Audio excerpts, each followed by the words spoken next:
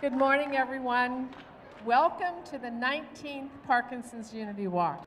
For the 4th year in a row, AbbVie, formerly Abbott, is our proud partner and premier sponsor. I'm going to be introducing Maureen Conley, the general manager from AbbVie, in just a few minutes, and she's going to explain more about their wonderful programs for patients. I would like to thank some of our other sponsors today. At the diamond level, we have Teva, CNS, and UCB. At the platinum level, we have LSVT Global, Novartis, Medtronic, Chelsea Therapeutics, and US World Meds. At the gold level, we have the Tuchman Foundation. At the silver level, we have Kingstone Capital 5, Sony, PJ's Pancake House, the Kenneth Adickman Family Foundation, and the Charles and Vivian Sukenick Philanthropic Foundation.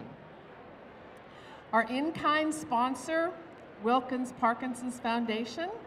For those of you who have been around the streets of New York City, I hope you have seen the wonderful result of that in-kind sponsorship on taxi cabs, taxi TV, the wonderful billboards in the subway, and the bus stops.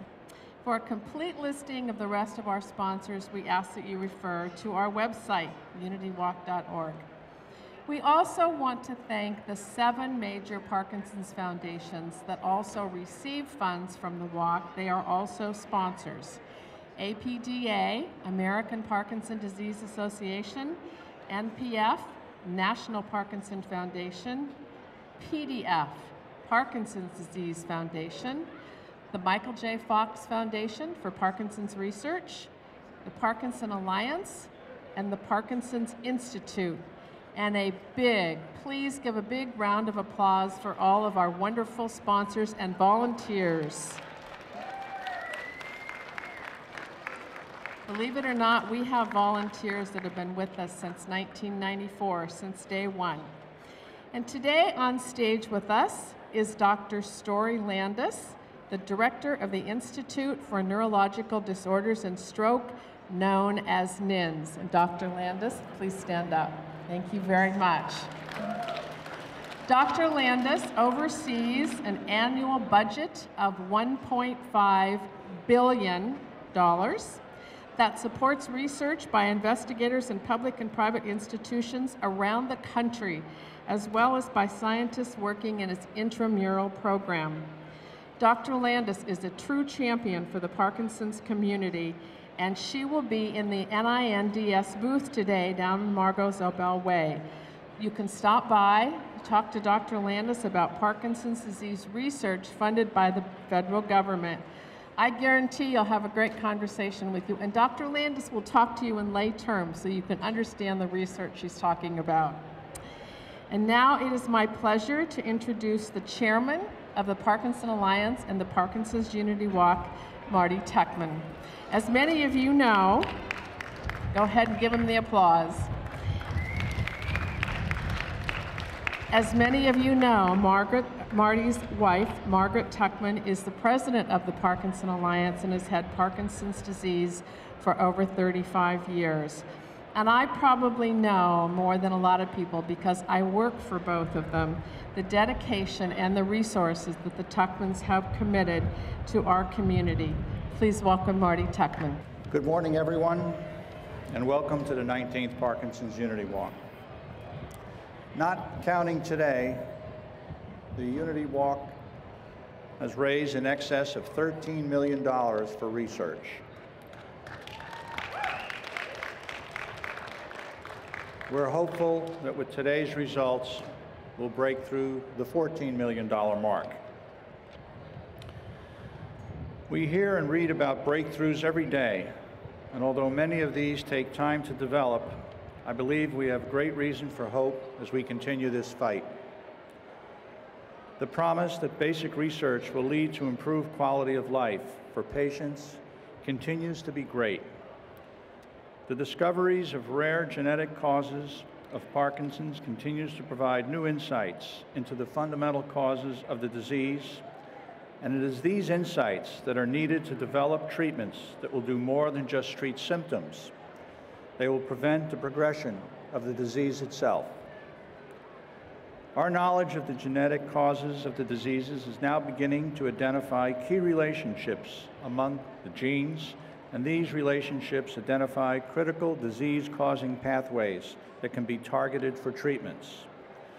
For example, we're currently funding a project at UCLA that uses a compound, CLR01, that has halted progression in Parkinson's disease in an animal model. This is the first time that Parkinson's disease has been halted in any research project. We can now take skin cells and, using stem cell techniques, reprogram them to become neurons or brain cells and actually make Parkinson's disease in a dish.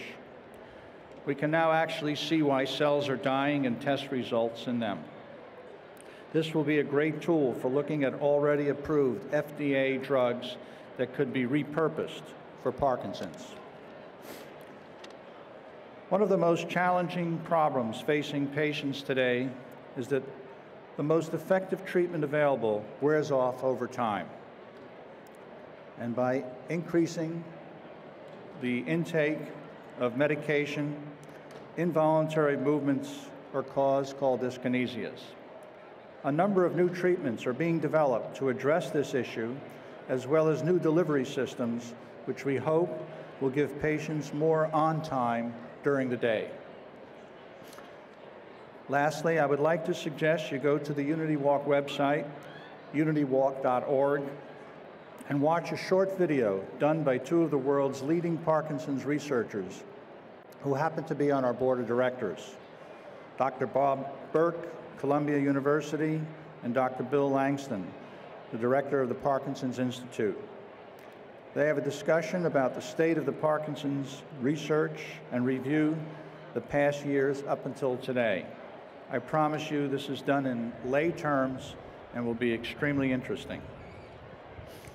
And this month, President Obama announced a $100 million brain mapping initiative that will launch in 2014. This can only benefit Parkinson's research. As always, we want to thank Mayor Bloomberg for proclaiming this day Parkinson's Unity Walk Day and allowing us to use this beautiful park. Thank you for supporting Parkinson's, and make sure you visit the booths and learn everything possible about the therapies and programs that are being offered. Thank you, and enjoy the walk.